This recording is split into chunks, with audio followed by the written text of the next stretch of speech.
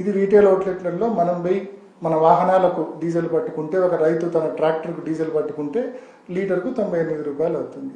వేరాజ్ ఈ commercial diesel, bulk diesel cost పెరిగి ఈరోజు 153 రూపాయలు ఉంది.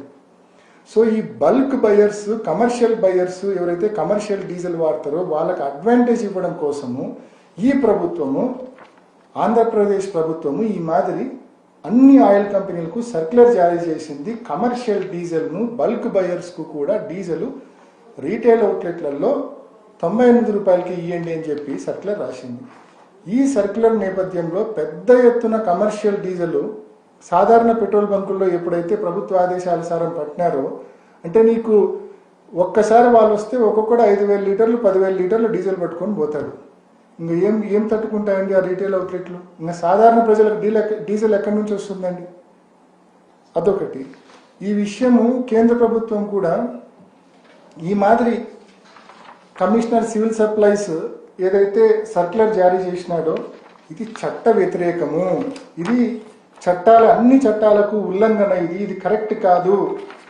బల్క్ బయర్స్ ఆయిల్ కంపెనీల నుంచి కొనుక్కునే మార్గం సపరేటు, వాళ్ళు ఆయిల్ కంపెనీల నుంచి వాళ్ళు ప్రత్యేకంగా కొనుగోలు చేయాలా కమర్షియల్ డీజిల్. వాళ్ళు ఈ మాదిరి రీటైల్ అవుట్లెట్లలో, పెట్రోల్ బంకుల్లో కొనుగోలు చేయకూడదు, ఇది చట్టాలకు వ్యతిరేకము, వెంటనే ఈ సర్క్యులర్ను విత్డ్రా చేసుకోండి అని చెప్పి సాక్షాత్తు కేంద్ర ప్రభుత్వము ఆంధ్రప్రదేశ్ రాష్ట్రానికి సంబంధించిన చీఫ్ సెక్రటరీ సాయి ప్రసాద్ గారికి, కేంద్ర ప్రభుత్వ కార్యదర్శి గారు, పెట్రోలియం అండ్ నేచురల్ గ్యాస్ కార్యదర్శి నీరజ్ మిట్టల్ గారు లేఖ రాయడం జరిగింది.